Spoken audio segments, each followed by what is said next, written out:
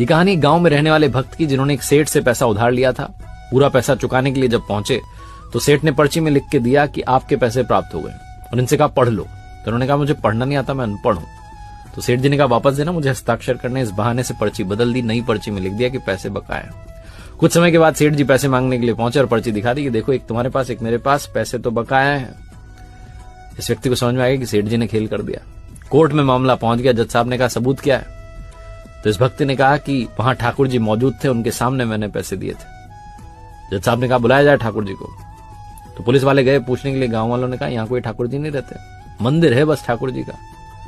जिस तारीख पर सुनवाई शुरू हुई, कोर्ट में आवाज दी गई ठाकुर जी हाजिर हों। कोर्ट रूम में एक बूढ़े बाबा आए, माथे पर चंदन का तिलक लगा था। उन्होंने कहा मैं ही हूं ठाकुर जी। और जज साहब ने पूछा कि क्या सबूत है? तो उन्होंने कहा भेज दीजिए सेठ के घर पर एक आदमी, इनके घर पर 3 नंबर की अलमारी में फाइल में पर्ची रखी है, ओरिजिनल वाली मंगा लीजिए। और वाकई में जब वो पर्ची मंगाएगी तो वो सही वाली पर्ची थी जिसमें लिखा था कि पैसे प्राप्त हुए। फैसला जो था भक्त के पक्ष में आया। जज साहब दर्शन के लिए पहुंचे बूढ़े बाबा के सुनवाई खत्म करके, लेकिन तब तक वो गायब हो गए।